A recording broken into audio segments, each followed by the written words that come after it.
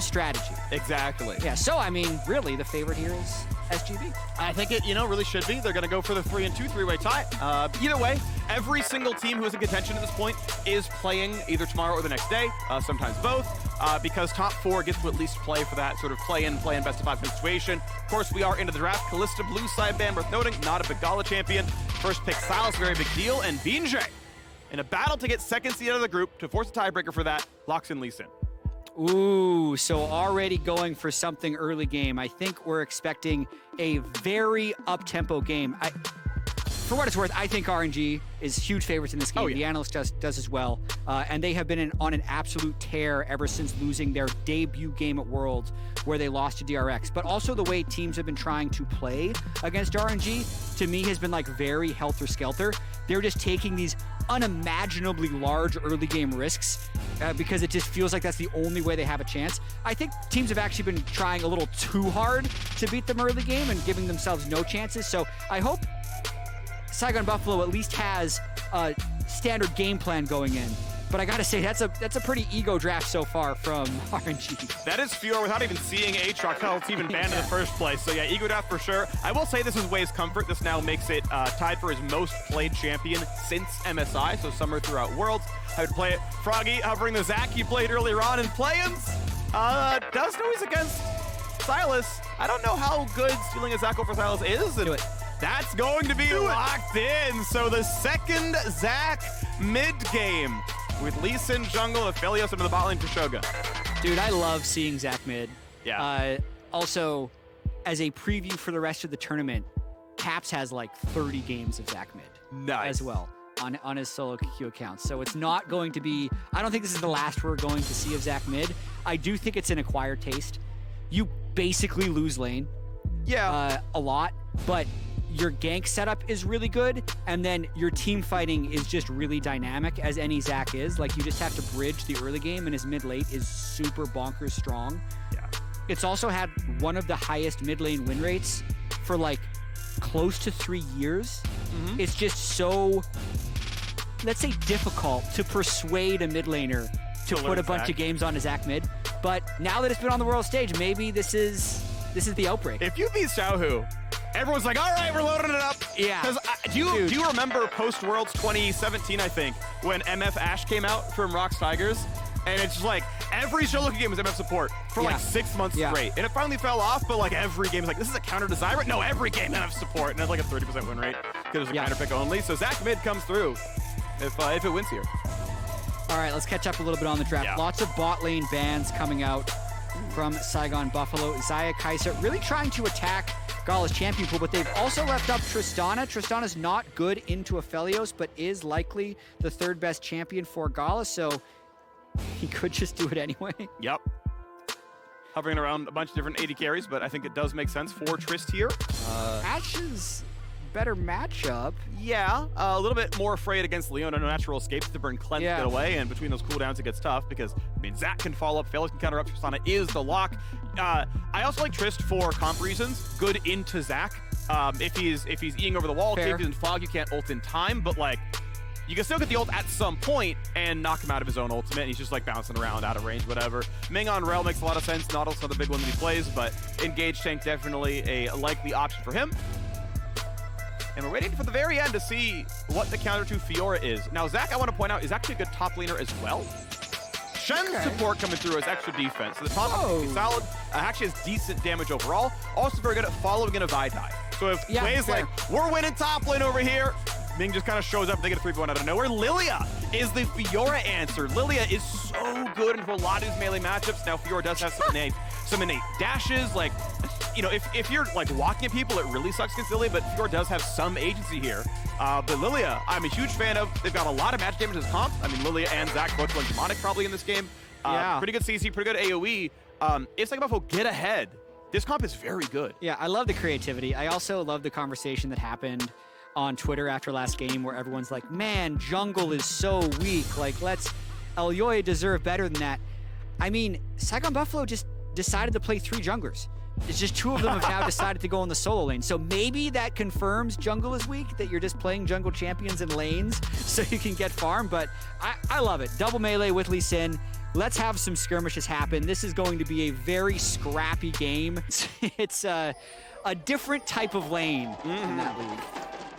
All right, well, we are on to the Rift. RNG can secure second spot in the group. It would guarantee exactly third for Mad Lions. It would mean that Mad and Saigon Buffalo would play a best of 5 for elimination tomorrow. Winner would play second from Group A the day afterwards. RNG would wait for 2 days to play the third, fourth winner from Group A. Or Saigon Buffalo wins, through a tie for second. Mad Lions joins the whole squad. They play each other to figure out who's 2, 3, 4. Yeah, would definitely be a continuation of our every game counts mantra. Every game counts. Of our casting set. Also, shout out to, I believe, Molecule on Twitter, who told us that we cast together in 2019. Yeah. Which I'd forgotten about somehow. Yeah. But it is true, because he showed me the screenshot. We also cast together MSI in the group stage. I forget the Twitter handle, but thank you as well. I liked your tweet, so best, and the shout out. So we have cast together 3 years ago internationally, but we are here indeed. So on we go. Ming wants to spot the fact that, they are starting in the bot side. BeanJ has done blue buff.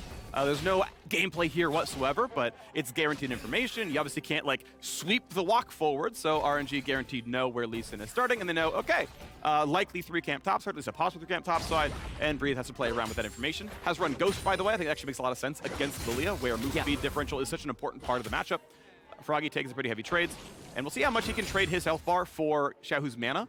Worth pointing out that Zach's spells cost percent current health, but the healing is percent max health. So the lower he gets, the cheaper his spells are, and the more he functionally heals the result. Yeah, definitely something that is very important when you're jungling too. If you don't think you're getting invaded, it's important to use your health potions later, because you want your health to get low early so that your blobs heal you for effectively more. Then use your health potion before you gank. But that's irrelevant for the mid lane Zach. It's also worth doing when, I actually saw this from BeanJ as well, you also don't want to heal push before Gromp, because Gromp's heal is raised based on missing health, and so he didn't chug a potion until he started Wolves to get the biggest Gromp heal possible. So another optimization for any junglers out there. If you're not going to lose your Gromp, heal afterwards. I want to see how aggressive the Shen lane gets with Ming and Gala, because you definitely don't see that combo that often. It's definitely because Gala got heavily banned out, but it'll be whether or not kind of the player skill overcomes the bans. But if they have a third player... flash, that was beautiful. Shogun is gonna die. First blood, literally perfect from Ming as the buy comes over as well, and Gala is 400 gold richer. That was so good. That was literally perfect. Yeah, and also perfect timing with Wei arriving. They're going to be able to at least push him off the minions, definitely chunk him back to base. Second jump. Doesn't want to go for it. Doesn't want to be stunned, potentially near the turret, but does reset rocket jump if you land the 4th shot on the auto, and there is no XP being gained. This bot lane is already absurdly over. Tristana is an early game snowball champion. Smite for health. No. It's not even close. Wait. Doubles handed over. Xiaohu's winning mid lane. They're winning the jungle. They're winning bot lane. Who cares about Fiora Lillia? This game is doomed. He just solo killed them at Crab? Yeah. What is happening? That just, to me, that just shouldn't happen, but it did. So everything is going the way of RNG to move on as the second seed in this group. Well, time to buy and get your money. Gets a recall stop as well from Breathe with the wave in. Yeah, actually a pretty good spot for him, it looks like. It is going to, I believe, push still slowly towards Hasmed, but still going to lose some farm along the way. Nah. Gets the health, but there's a very small buffer on the very end of your... Yeah, last quarter second, eighth of a second, something like that. Damage itself will not break a recall. Ani goes towards Frozen Heart Rush.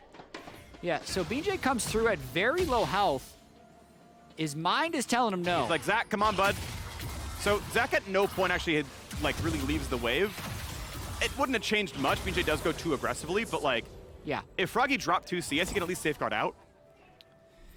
Yeah, true. If Froggy was able to arrive, then maybe they have a chance, but that's just very ill-advised. I think he sees the play, he knows that Vi's on the bottom side, so he thinks that Xiaohu's just going to back away in a 1v2, but Xiaohu knows his burst and sees how low BeanJ is.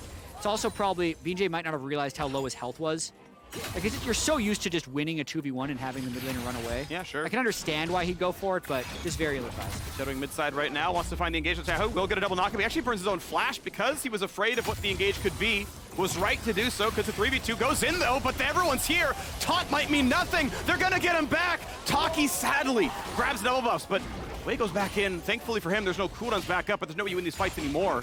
Gala coming around. This one with Zerk not a bad set of damage. Will collect the wave. Here's the engage. Red buff means a bit of a slow rocket jump back to safety while still being in range for the rest. They're gonna brawl and flash out for Taki. Doesn't matter. Damage for Froggy doesn't matter either. His ulti means nothing. And RNG get one back. Double buffs eventually find their way onto Gala's Tristana. It felt like a very ineffective roam until the fight just decided to continue. Oh man, I think this is probably a good time to bring up a conversation I had with Emily, who watches probably more LPL than anyone else on the LCS broadcast. But there's this kind of discussion that has gone around for years about, like, what are you fighting for? Yeah. Right? Because traditionally in League of Legends, it's like fights need to have a purpose. Like, oh, we're fighting to gain control of bot lane so that we can take Dragon. Or we're fighting so that we can eventually get this turret. But in LPL, like, a lot of times the mindset is just different. I think this is true of the VCS too. Like, no, you're fighting because you think you can win the fight. Yeah.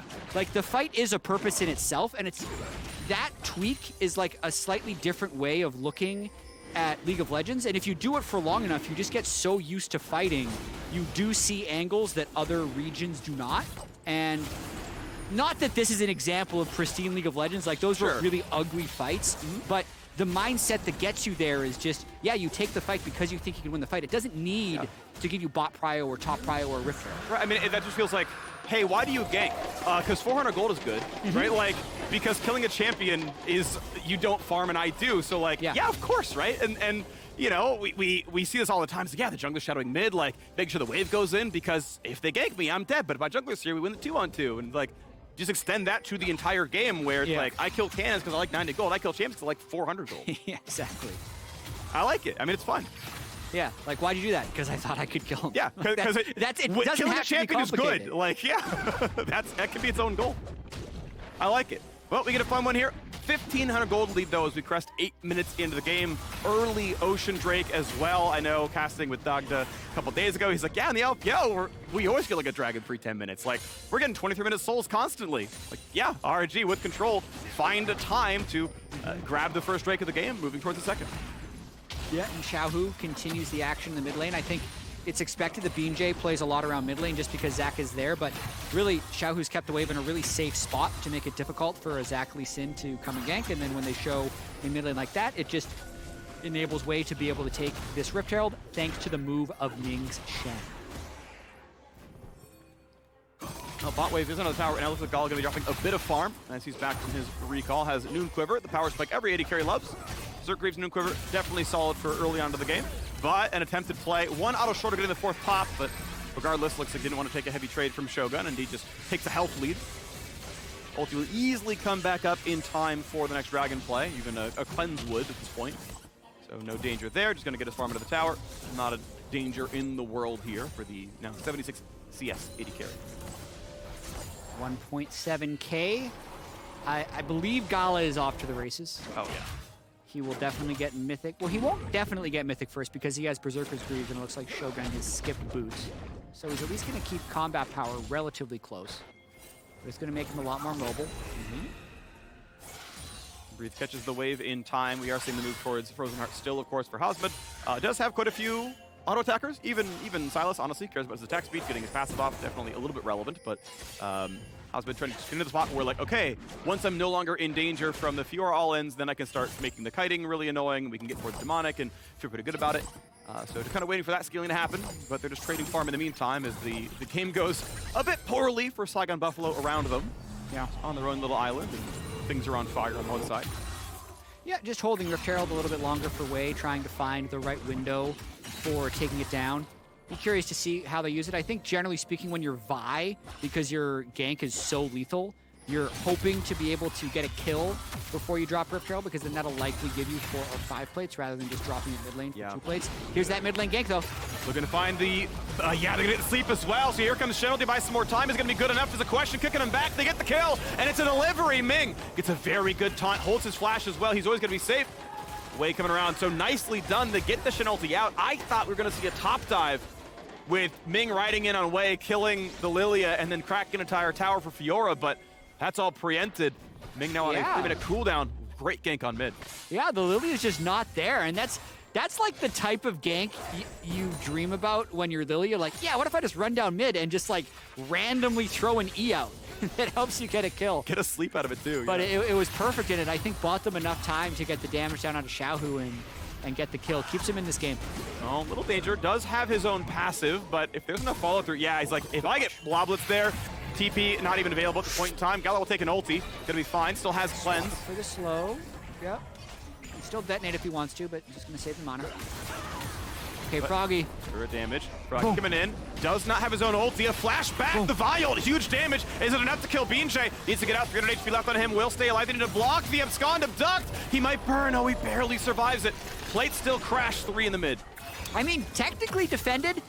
Very low health Zac. That's the type of defense you can go for when you do have your passive up, because the turret will protect you. BeanJ almost dies in the process, but overall, I think an adequate defense. And a pretty good Herald drop by RNG as well. I think if you're not going to get a full turret, dropping it mid is the correct choice. Sure, and enough pressure on bot lane, they couldn't go for Tristana apparently. So, okay, is what it is. The bot lane still being pushed in. Shogun is farming pretty well.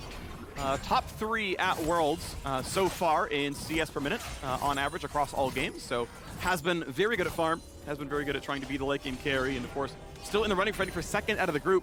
A very, very strong player for sure. As Divine Thunder has now come through for the first 2 of RNG on the top side. Yeah, also worth pointing out, not that he's going to break the record in this game, but Shogun currently has most kills in a single game at Worlds. When he played Isurus, he had 16 kills on his Aphelios in that game. Seems good. That's going to be hard to beat, I think, for the rest of Worlds. That one might stand throughout the whole tournament. Make sure he gets rid of the wards inside the lane. That is one thing I pretty much only ever see in really high MMR and Pro, is warding inside the lane to track the possible roams. Obviously, anyone with really good wave clear just like takes the wave out of mid and then like walks bot or something, and you can actually see them do that instead. So important to keep that vision. But he's got Sweeper. He's like, no, I can now roam if I want to. And indeed, walks towards the bottom side. Doesn't do a whole lot there, but has the possibility. Yeah, second Dragon up on the Rift at the moment as well. You can see everyone in RNG really setting up around that quite well. Good control of vision in both the top and the bot river. Gala keeping the bot lane completely shoved. Jungle and support staying grouped up together to clear vision. All of this very sound, textbook, practiced, and they look to be able to take this Dragon uncontested. Looking solid right now as they stack up their second Drake. And yeah, as you mentioned, uncontested because yeah, nobody's really around. Taki going to fight for some wards, and everyone knows the timer here, but the power differential is just simply too high. Xiaohu's already in mid, has the Lee Synergy just in case. There's the Drake going down. Everyone just jumps over the walls, gets right back out, and RNG have put the notice on that, hey, by the way, in 24 minutes, we're going to be a Hextech Soul. Find a way to fuzz before then, otherwise it's going to be out of grasp. Yeah, Hextech Soul. Yeah. That's my pick. Yeah, I went Cloud. Sadly, it's tied for third, I think, so unlucky there. Fight in the top side, though, could look half decent. Still putting a couple of shots back and forth. Diving in for quite a few vitals, but and yeah, I mean, that's the big thing, right, is you get the Divine Thunder pop, that's a huge health differential. Sometimes you get a vital there as well. Grasp all feels good, and able to just kind of drain tank back up, even though Oblivion Orb is in. I'm sure it's cut some healing. Breeze is just way more damage per chunk. Yeah, just such an interesting matchup, actually, in top lane. So much about just your auto attack range and, like, unironically auto spacing to get your auto in, dodge the Lillia Q, get back in for another one. Breeze just kind of putting on a clinic there, gets a plate for his trouble, and or rather gets a demolished proc for his trouble and takes that trade even lower. Yeah, and in the matchup, he's really not shy about using riposte aggressively in every single trade. It's like, I'll just block the first Q, and then if you want to come back in for W, I'll just ult and fight you, and it's going to be no problem. but able to, get a huge health differential on those fights. Information known, they know where BeanJ is. Huge damage available. Ult's coming across. They're going to try to burst him. Shields up, buys a bit of time, but the stun's not going to matter. They will knock down the Lee Sin, and an escape is coming through, but the rest of the team still coming across. Ult, pretty good damage there. Will they get the pop? Yes, Shogun gets the kill on the way, and they're still coming in for more with the Hexcape. Taki gets a bit low, stays alive, and it's a double kill for Shogun. Over the wall, he's drowsy. This will be a guaranteed triple kill, and it's going really good now. Only 1,400 gold separates. The crucial part is 1,000 of that all went onto the AD carry. 16 kills against eSports, 3 so far against RNG. Arguably, the RNG kills are maybe more valuable if we're doing conversions. But at the moment, that's exactly what they needed. They do give over the mid turret to Tristana during this whole fight, but the discussion we had earlier about why do you fight this could be asked right here for RNG. Ultimately, they fight this because they think they can win. But at the time, no one on their team was near, and it was a 2v3. They think they're just going to win it, though. But then when Xiaohu comes over, they still think they're going to be able to win it. Can't see the mini-map in this replay, but you can notice Tristana not there whatsoever. And red, white, don't fight is the saying when you're up against an Aphelios. Not heated here by RNG. He stacks up so many white chakrams and kills them all. And they just swapped dual lane top functionally, right? Like Aphelios was just laning top into that point to play around that side of the map. It was like, wonderful, a team fight's erupting around me. And they get a decent shot at the game now. 2,000 gold difference, though, still pretty big, right? It's 2-0 on Drakes and 2K gold. This is a lead for RNG in this game. But yeah, signs of life for the Gale Force. Aphelios still down most with Phantom Dancer against Gala, who, during the replay, mostly solo killed the bot lane turret. Herald was claimed by Froggy, so he's got something there, going for the Sunfire Demonic kit in the previous game. Very common AP Bruiser build is indeed on this one again. So we will probably see Saigon Buffalo get their own second turret before too long. But Gala is still gigantic. Yeah, at least checking the gold between the two of them, it's now within 600. So even after Shogun went up to get those 3 kills, he's still down 600 gold just because of how many plates and how much solo gold Gala was able to acquire. Still looking at him to solo carry this game. However, I will say, like, the front-to-back protection for Shogun's Aphelios is really high. Unless RNG gets a really good flank, the peel that Zach or like a Frozen Heart Lillia, those 3 bruisers that Saigon Buffalo have can create some pretty strong front lines or fight lines for Shogun to succeed. So kind of a dark horse for an upset here. Wouldn't have thought that after watching the first 2 minutes of the game when Gala got an immediate kill and Xiaohu solo killed BeanJ to get double buffs, but they've done a really good job to not let this game get out of control and stay in it. Definitely impressive. You're going to keep on scaling. The Frozen Heart, of course, is in on the way towards his Leandry's build at this point. Nothing else going to do with the Sapphire Crystal realistically, so is going for burn stacking, but not going to be buying any health for a while here on the Lillia. Gore Drinker is in, Steel Cap's in. And we are seeing the 3-item spike build come through for Aphelios. Lord Dominic's always a bit of a sidestep for a while. It is a bit of a power trough unless you're against immediate armor stackers, but not that much right now. But it'll give him the biggest 3-item team fight when that happens. But of course, we are far from this. We're at 3rd Drake coming up in 15 seconds. Yeah, and I really think the Kraken Slayer Phantom Dancer spike for Tristana is huge. Like, just the synergy of the attack speed from the Phantom Dancer with the Kraken Slayer passive, and the fact that at this point in the game you're getting many points in your rapid fire. Like, it's giving him 95% attack speed, and when he activates it, you just shred people at this point in the game with Tristana. There is literally not a better single target DPS build than Kraken PD. It is actually the #1 build possible on Marksman, so Gala very much strong, and you're on a power trough here with Last Whipper before you're against any aftershocks, any armor stacking. But they do on the river for now. Is there a play? The question. 11,000 health on Drake. You can't sneak this. Yeah, and it's so hard for Saigon Buffalo to start this when they don't have bot pile. So look where Fiora is. Breathe has pushed that wave completely up. So basically, if Saigon Buffalo try to approach, their retreat is going to be cut off. Trying to do Drake without mid or bot prio is generally suicide, but that's kind of what they're going to have to do if they want to take it. They'd have to fight their way out of this one. And they may end up just conceding it because they don't have a way of protecting themselves if they do start it. Wave finally reaches the tower, and they say, okay, time to earn that one, so Hasmed going to go over. Should claim the cannon, no problem. Shogun gets some wolves. They want to walk back down. A couple of the wards go away, but now mid is pushed in. Gala going to go ahead and cheat up on that wave, and now it's a mid lane being collapsed in. So Shogun walks over, gets that one here as well. At least they are funneling gold towards the right person. It is always Aphelios taking the safe route, getting the money. Froggy wants to help, shares the XP. But now look at who owns the river. RNG play the patient game long enough that everyone from Saigon Buffalo is stuck back in their base, and this dragon is now uncontestable. Yeah, just decide to fight the soul, I think. It is ultimately a fairly smart call. We talked about the power spike that Gala's Tristana was on. We could see that Shogun actually hadn't even completed his Lord Dominic's regards, let alone has the 3-item power spike that he will ultimately need. So I think it would have been possibly a game-losing fight. If they get aced there, then they also lose Baron, and they're down 5,000 gold, whereas now they can hopefully kind of freeze this gold lead around 2,500 and then contest the soul. So a fun rule of thumb is that for high-level play, 400 gold per minute is a good, solid average for farming roles. So in 5 minutes, you're going to earn 2,000 gold each, which means if your next item spike is 3,000 gold out, unless you are giga-funneled farm, you are not hitting the item spike. And right now, we got to play towards the top side. Not going to happen for much. Easy jump over the wall, keeps him safe, no Leona lands. But it means that Shogun, by all rights, shouldn't finish IE in time unless he is, again, being given a second lane of farm, or there's a fight early that breaks out and he gets triple kill. He'd basically need 3 or 4 kills to get IE, so he's not going to have the, quote, spike that he needs.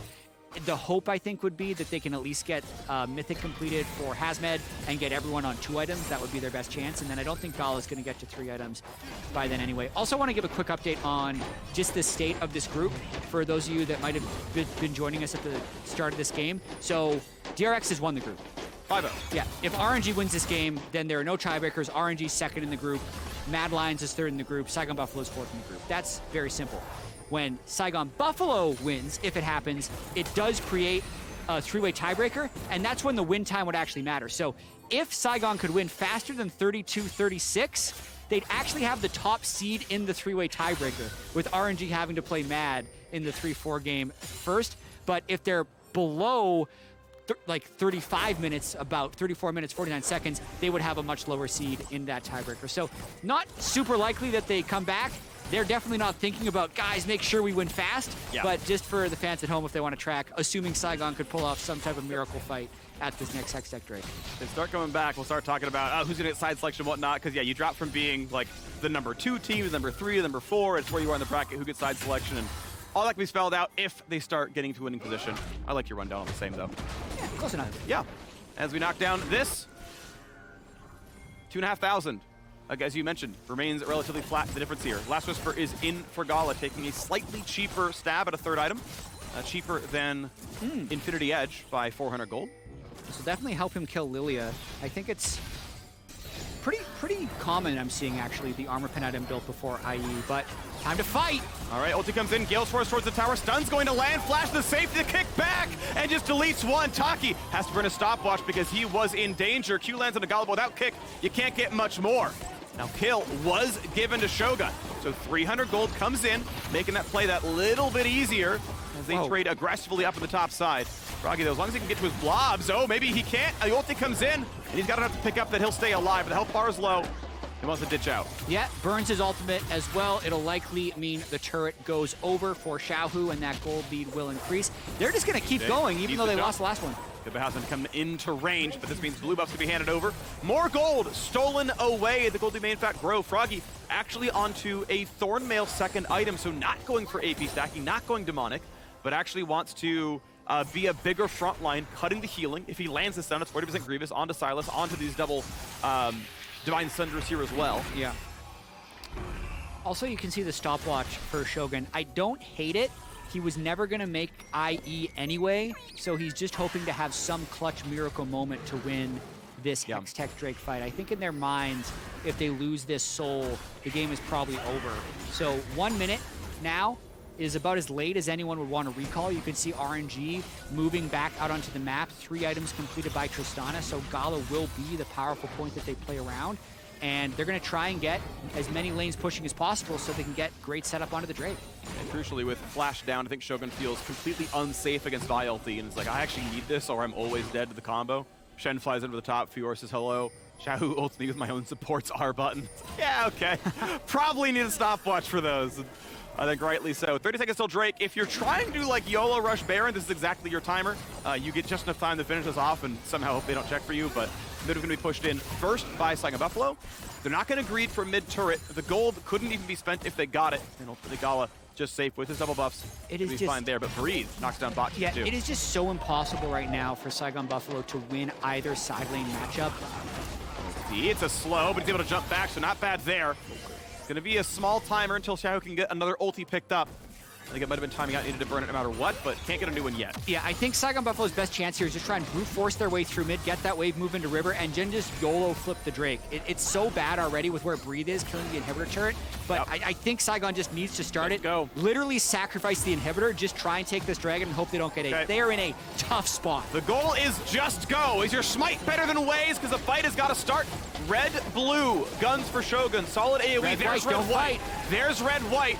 Are they going to get into range? Is there going to be a fight? The smite's going to be claimed. Inhibitor will go down. They choose to say, you know what, screw it. You had the Drake. We get inhibitor for not getting soul yet. But the effort we put in early on forced you to the side of the map. And by the way, there's still a Baron angle. Yeah. There's still a Baron angle. They're running across mid and saying, okay, you got to contest this one now. Yeah, and I really love what Breathe did there, knowing that if they do try and kill him, they just get Baron. They have to check this. Look out! Gets ulted, gets locked up, doesn't have a single way to live, and immediately there's no jungler. Immediately there's going to be no mid laner. Chunklow not quite dead. 5-man sleep. 5-man! Good enough. Riposte in. Huge time block, but they're diving. They've already got 5. How about the rest though? Can they kill Fiora? Yes, they can. The front line holds up. A stopwatch buys time. Xiaohu flashed to safety barely, and all they're going to get is Froggy's passive. Even that. A beautiful bait by RNG, but turned around stronger by Saigon Buffalo. Saigon Buffalo know how to fight. Yeah. It doesn't matter if the setup's not pretty, but the 5-man sleep was a 4-man sleep because Breathe threw the riposte on it, but he marked all 5. It completely turns the fight around. Shogun buys enough time with his stopwatch. They stop the dragon, completely worth the inhibitor sacrifice to buy themselves more time in this game. And using your 400 gold per minute benchmark, Phreak, there's now 1,600 gold on Shogun, so he will have IE by the time the next fight happens. Watching this one more time, Violet goes down to kill the jungler, but Shogun gets so many chakrams from that ultimate. Looks like he's got about 12 right at the very start of this fight. And then Hasmed flash QR with the clutch flash QR. And then I believe Taki flashes to chain the stun onto Wei and allows them to take the back end of the fight. At that point, the damage is there. Yeah, Xiaohu does what he can. W than Zonia's, but even though Gala is getting as much damage as he can from over the wall and actually nearly gets Froggy with it. I mean, if that last attack was a crit that's passive down, does it change anything? I don't know, but you do get the Zac passive if he rolled a little bit better on the dice. Oh. Super interesting. Shogun actually sells his broken stopwatch to pick up the IE right now and get that earlier power spike. Kind of necessary, I guess, since they are threatening to lose their inhib, and it looks like RNG's not going to give them a chance to catch their breath. They're constantly going to be pressuring to end the game with Fiora while kind of daring around the Baron area. Very tricky situation for Saigon to get out of. Again, when you don't have a champion that can actually match Fiora or Sylas in side lanes, they have to kind of hope to win a team fight. Warmogs, Anathemas, maybe something else like a Ryle's or a Demonic coming in next for Zac. He's been able to hold frontline pretty well, right? Hasn't been in too much danger. At a certain point, you also just can't tank like Tristana. AD carries outskill tank items. It's just like by default. So at a certain point, you're like, might as well try to kill Sylas faster. Way back over the wall, gonna stay safe, no problem. Not too hard for a Vi with Flash to dodge pretty much any CC. You're 2 minutes away, though, from Hextech Soul, and last time, that gave RNG an entire inhibitor. But those timers are kind of synced up, and bot side is already where Saigon Buffalo is playing toward because they want Drake control, and they're taking down the inhibitor farm. So not a ton of pressure ultimately gained by RNG. Now Breathe is still playing for the wave, so they're not really losing farm from it. Breathe still gets the wave, and someone else gets the wave, and they just kind of trade back and forth. And now, the way, Xiaohu walking up, information known. He might go. Shogun has flash, but no longer is able to get a stopwatch this game. Yeah, the longer the game stays in this state where, like, even though they're not losing anything yet, they're kind of constantly at risk, Saigon Buffalo, because they have so much less vision, and this could happen. Passive's down already. This is, I think he might just be dead. They don't have Lillia TP. They can't force him to revive, but Breathe knows he can be collapsed upon and decides that he should let Froggy get up after all. Ulti down for Breathe. Yeah, and Ghost used as well. 9 seconds on the TP for Lillia. TP up for Zac. Oh, it could be a flip. It's fully on vision, though. Yeah. TP is burned. So that is a 4-minute cooldown forced out of Froggy. With cooldown boots, it's shorter than that. It's 3 and change, though still decent amount of time has been gleaned with that one. We'll see if Lillia can actually play the bot lane, but the resets come in, T-minus 45 seconds. Drake is coming up, and guess what? Yeah. It's again the chance to exit soul for RNG. Yeah, this time Infinity Edge is completed, and this super minion that Lillia is currently clearing, that is the last super minion wave. So even though the inhib isn't back up yet, they have stopped spawning, so there won't be the super minion threat, but it's going to be exactly the same situation. Saigon Buffalo doesn't have pressure in any of their side lanes. They have to brute force their way into river by grouping up in a lane, and that's going to buy time for someone to set up a split push. Let's see how RNG plays it, because they have Fiora in a completely different spot at the moment. They might be trying to open up the other inhibitor this time. I mean, this is the right way to use split pusher, right? Then they just have to give away the Drake. He's not in position to do this. This is bad by RNG. Yeah, they're going to try and get Baron, but they're not even there. Like, Vi is behind the Dragon Pit. If they were trying to, trade for Baron, I think he should have already been there. Catch it. I think they can force a fight here. Well, we'll see. Timer's going down as fast as they can. Gala, definitely very lethal. 6,000 health on Baron. 5,000, 4,000, 3,000, 2,000. Baron claimed. RNG cross maps the required Drake answer. Again, this is one of those, like, acceptable trades for Saigon Buffalo, even if they get it. I didn't have my eye completely on him. I'm not sure if they had to hesitate to walk in. Since RNG had laid that trap earlier, they weren't sure if it was a Baron rush or not. But it's just, again, about kind of buying time. They themselves now have 2 Hextech stacks, so extra haste, extra attack speed to improve their teamfight power, and just need to withstand this split push moment while Baron is alive for RNG. We'll see if Shogun gets himself towards Bloodthirster or a Guardian Angel. I think both can make some sense in this context, but in a lot of cases, I feel like with AD carry, if your GA is popped, they just kill you on respawn. But if your team is threatening enough, sometimes you just need those 4 seconds, and it's actually going to work for you. We'll have to see which one he decides he wants. Can always rebuy his stopwatch. Yeah. It'll be broken, but it'll switch to a GA. 6,000 gold difference though, right? Baron has grown that gold lead. And a death cap completed by Xiaohu Sylas. We know from last game when Zeka got his death cap on Sylas. That's a pretty big power spike. Also looking at the game clock approaching 32 minutes. If this game gets to 32 minutes and 38 seconds, even if RNG loses, they would still be top seed in the tiebreaker. So they have held on for long enough to at least improve their standings, but they're likely looking to just win this game and get second seed. Flash in onto BeanJ, and again, he is deleted in the exact same spot he died last time. Mid's gonna fall. Vi, no ulti means nothing too threatening anymore, but Leona ulti now stolen away by Sylas. Top already pushed in here by the Vi. Oh, this is big. They might get all 3 inhibitors here, or just the game. Already diving in for this one with the team split up a little bit. They get a stopwatch out of Xiaohu, but that is it. Froggy, of course, no passive. Gonna be quite low, has to get to the fountain, and he gets just destroyed. Aphelios is gone, Taki is gone. This fight is over, this game is over. RNG will claim the second seed. They will shut Saigon Buffalo down.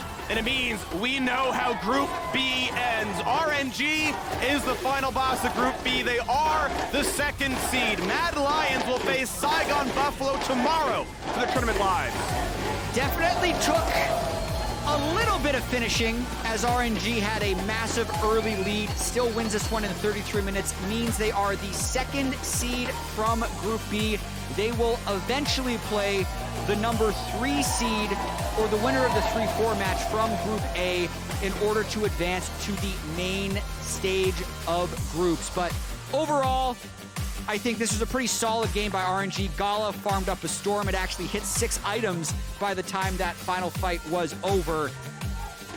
And RNG's going to be pretty happy about that. Sure.